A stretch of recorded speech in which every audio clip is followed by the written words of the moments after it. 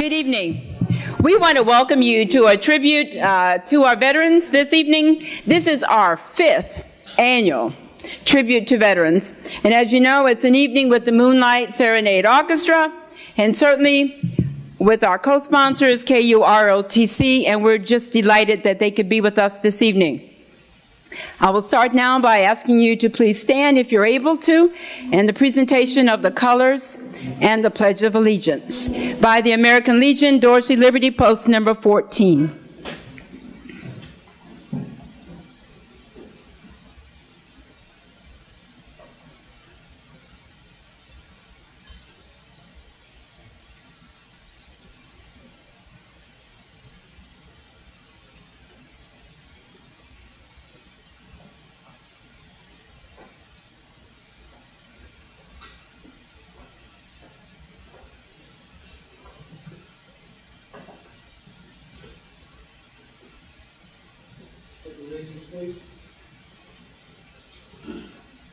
Pledge allegiance to the flag, United States of America, to the republic for which it stands, one nation under God, indivisible, with liberty and justice for all. We will next do the national anthem.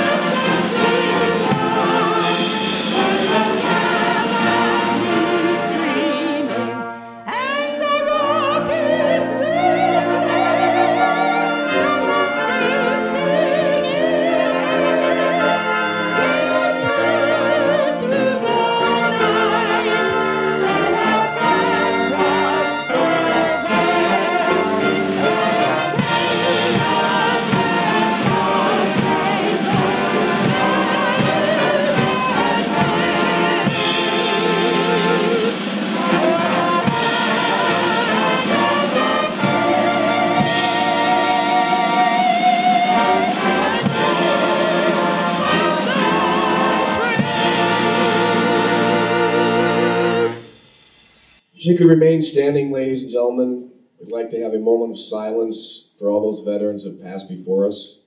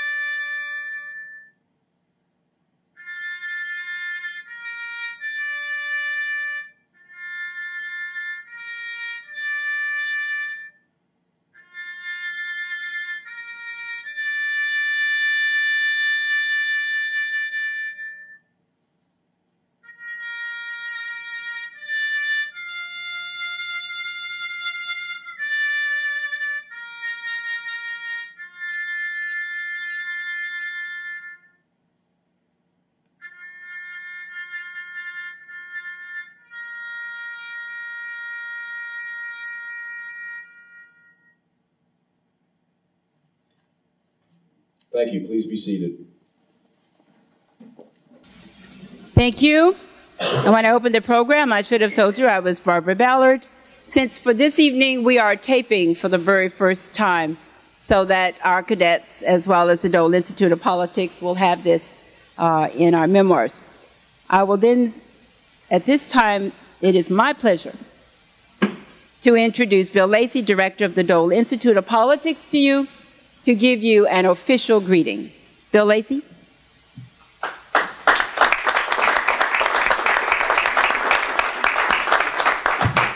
Thank you very much, everyone. We very much appreciate your being here tonight. As Barbara said, this is the 5th gala that we put on, and it's really remarkable that we've had that many, actually.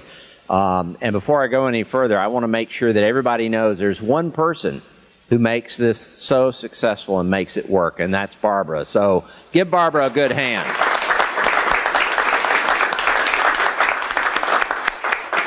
I don't think I have to tell everyone tonight Senator Bob Dole's commitment to veterans and commitment to strength of our country. Obviously, you know that he served in World War II, and through a 36-year career in Congress, he worked very hard for military and for the veterans.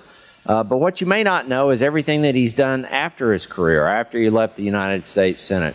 He was instrumental in getting the World War II memorial built. He was honored recently with a plaque that was placed on the memorial thanking him for the role that he played in that.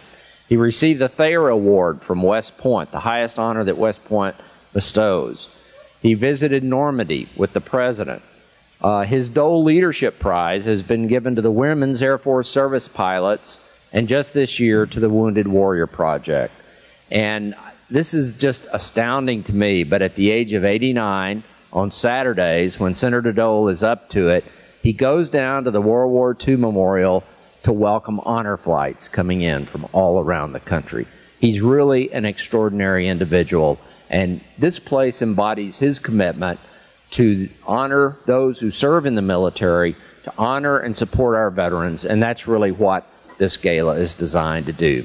So enjoy tonight, have a great time, but let's all keep in mind as we enjoy ourselves tonight that there's tens of thousands of Americans out there standing on the wall for us, looking after our freedom, guaranteeing us the opportunity that we have, and making sure that our country stays the wonderful country it is today. Thank you all for coming out tonight. Have a great time.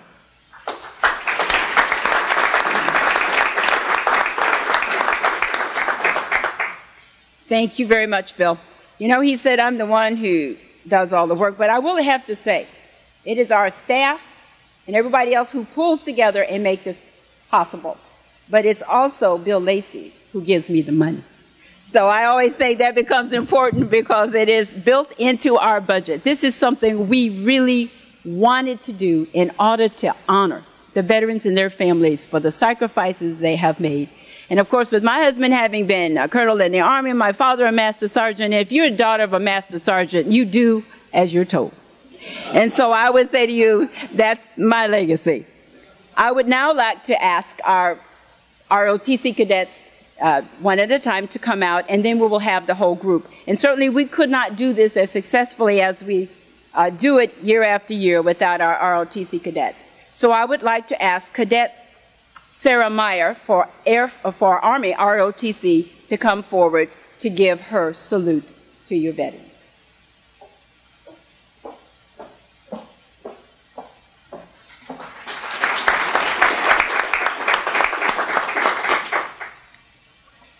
Good evening. I'm humbled and honored today to briefly pay reverence to the millions who have made the decision and sacrifice to serve the stars and stripes of the greatest nation in the world. Members of the United States Armed Forces in the audience, I thank you from the bottom of my heart for your commitment to our nation, and I thank you for giving me the right to voice such gratitude. Who are the heroes we honor on Veterans Day? Veterans are those who have sworn an oath in body and spirit. They stand ready to defend, whatever the cost, when the nation calls upon them. Many have defended, and many have heroically given the ultimate sacrifice to ensure our liberties and the American way of life. This action deserves to be remembered by those Americans who serve the country on the home front. Daily, soldiers, sailors, airmen, Marines place themselves in harm's way to protect our liberties. In the strongest protracted period of military force conflict in our nation's history.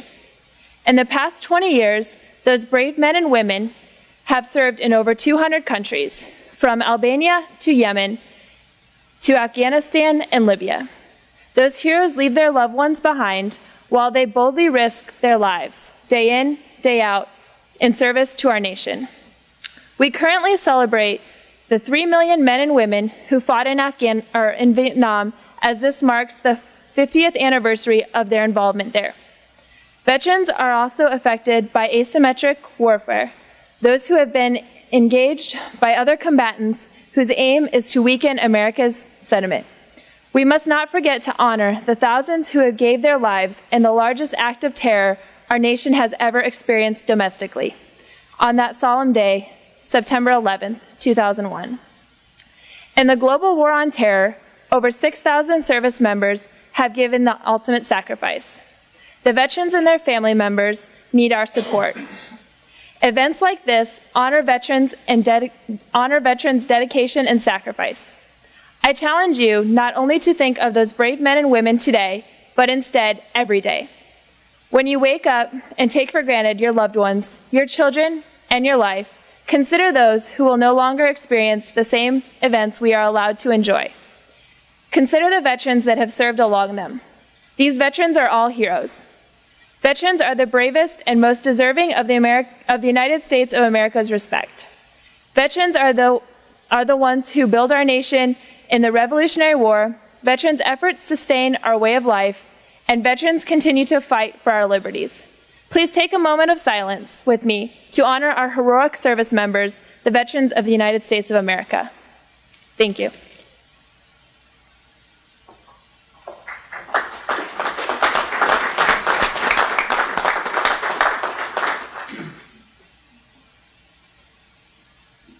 Next, we will have Cadet Luke Miller, Air Force, ROTC.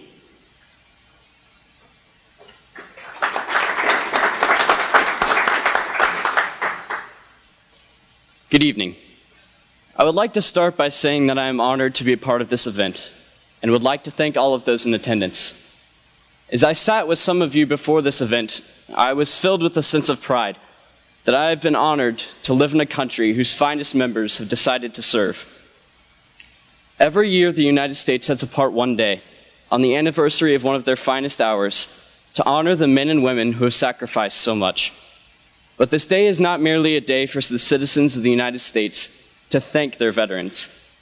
It is a day for them to reaffirm that you have made some of the finest choices and have lived honorable lives, to look back at those who came before and those who appreciate you now.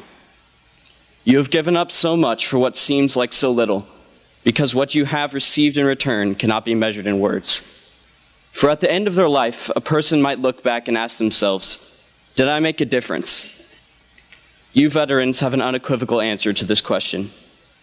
The veterans of the United States Armed Forces are among the most respected individuals in the world, and for good reason. You possess qualities of integrity, honor, humility, and unshakable loyalty that can make you the best friends or worst enemies you could ever have. Qualities such that anyone would consider themselves blessed if they possessed but one. However, you are not merely the products of intense training and years of experience. It takes a very special type of person to even consider serving their country in the first place. No one wakes up one morning with a sudden inclination to join the military. Serving is not a choice, it is a calling. And taking up that calling requires a level of courage and self-sacrifice that the average person does not possess. Soldiers are born just as much as they are made. For attending training and wearing a uniform are not the tough parts of serving, and you all know this. It requires a very unique courage to know the difficulties you will face and make the choice anyway. You are asked to give up much of your freedom so that others can have theirs. Spend months or even years away from your families and friends, face countless dangers, and potentially even be asked to give up your lives. But you made the choice voluntarily, and for so little in return. Yet I have never looked into the eyes of a veteran and seen even the faintest hint of regret, only a look of assurance. Most civilians find this puzzling, for if they were asked to join, they would find it very difficult to say yes. But to most veterans, it seems like it was the only choice that they had, and a very easy choice to make at that. That is because you serve not for the glory or a sense of self-righteousness, but because of an idea. The idea of a nation freed from war and allowed to operate under the principle that all men were created equal, and that if a few must stand between all of America's enemies in that idea, then so be it. And if you ever find yourself asking, did I make a difference? There are thousands of brothers in arms, and the thanks of a grateful nation to give you an answer. So on behalf of the United States of America, I would like to thank you for all you have done. Looking around, I am once again honored that I have been given this opportunity, but disappointed that all I have in return is the simple phrase, thank you. You have helped perpetuate not only your country, but the memories of those who came before you. And on behalf of those who hope to take up the call of the nation after you, we hope that one day we can honor yours. Thank you.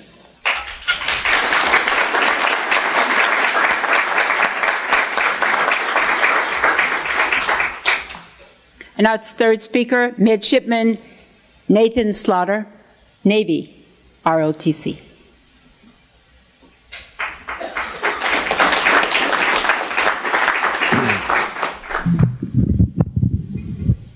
Good evening. I'd like to start off this evening by saying I'm extremely humbled to be in the room and in the presence of so many veterans. What do veterans mean to me? Well, to be frankly honest, veterans are my entire life.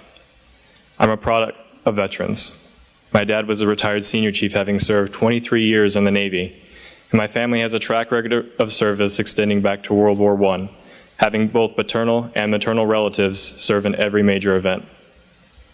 My whole life has been on or near a military base, and as you can see, I don't plan on changing that anytime soon. We're not here to talk about my life, though. We're here to discuss the impact that a small subset of Americans has made for every person in the world. A U.S. veteran might tell you that they fought for their families, for continued American freedom, or most likely, for their brothers and sisters who are right beside them. A reality that few seem to realize is that their fight, struggle, and sacrifice affects more than what they're fighting for. The reality is that our veterans have helped shape the world into what it is today. They've weathered hardships with solidarity and commitment. They've led the charge with valiance and courage. They fulfilled their expectation and obligation with vigor and the most chivalric quality of honor, demonstrating that even the modern-day soldiers, sailors, airmen, and Marines still embody characteristics that extend through the span of civilized history and will inspire every generation of service member to come.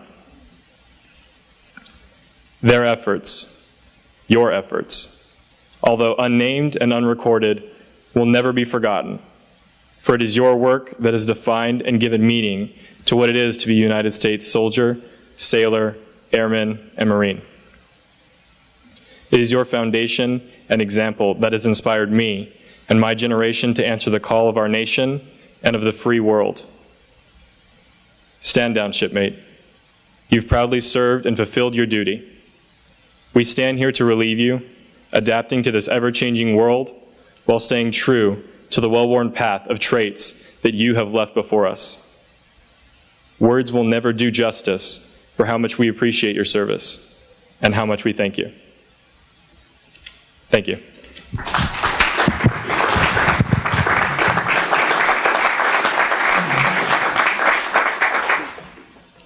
We'll ask the three speakers to come to the middle, and with the rest of our cadets, join us on the floor, please.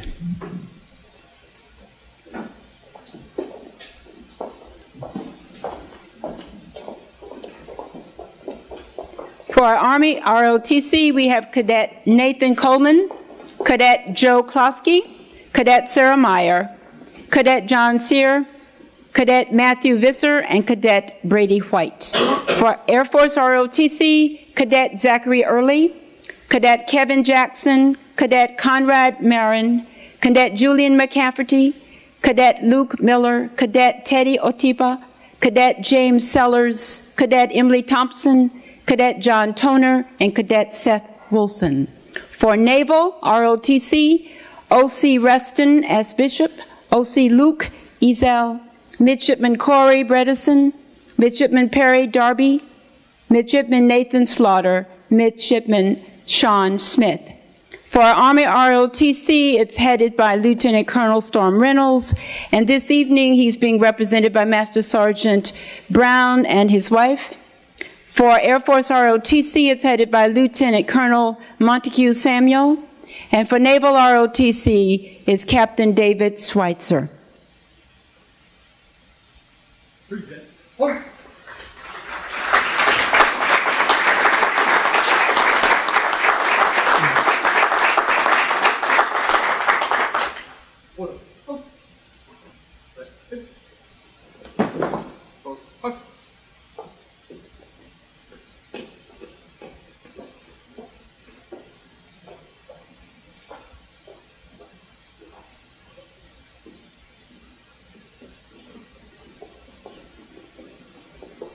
I think you can give them a round of applause, don't you think?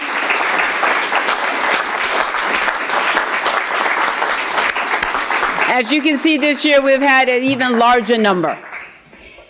And I think that says that our young people are willing to step up to the plate. They're willing to serve our country, the greatest country in the world. And if you ever wondered who was going to take your place, I'm sure they can't just take your place, but they will take a place, making sure that our freedom is protected. It's our way of recognizing our veterans.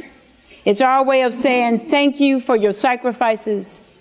Thank you for putting your life on the line for us. Thank you for making sure that the rest of the world knows that the United States of America stands ready to protect our country. And to the families, I want to say thank you so very much, because you play a major role in supporting what happens in the family and being that support for the particular person you have in the military. I would also like to say that this evening, I would just have to say with my friend Mr. Turner, who is not with us this evening and has been here for 4 tribute to veterans, and to his family. Thank you for continuing to come even though he's not with you this evening, carrying on his tradition. And we thank you so very much for being with us this evening. So veterans, please know, we are deeply grateful to you. We thank you. We honor you. And we certainly hope that this evening you will have a delightful time listening to the music, dancing to the music, eating the good food, drinking all the good stuff we have. And just know it's our way of saying thank you and God bless each one of you. And certainly, God bless the United States of America.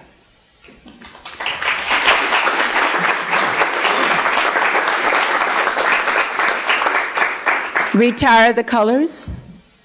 Please stand if you're able.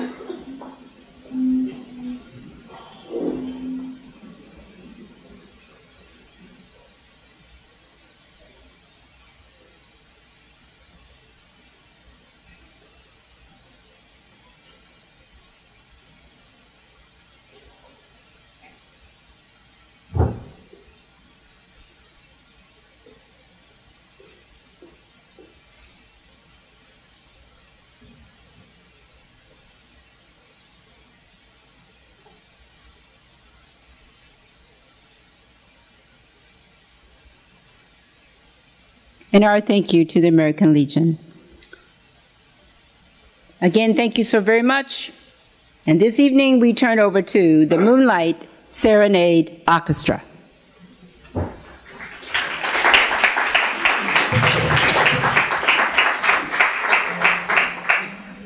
Thank you, Barbara. Thank you, Bill. We are the Moonlight Serenade Orchestra from Kansas City. We're here to play the great music from the 30s, 40s, and 50s. This is for you veterans and your families. We're going to start off with a piece that was the theme song from 1939 from the great Glenn Miller Band. It's also our theme song. This is called Moonlight Serenade. We've got a huge dance floor. Come out here, take care of it. 1,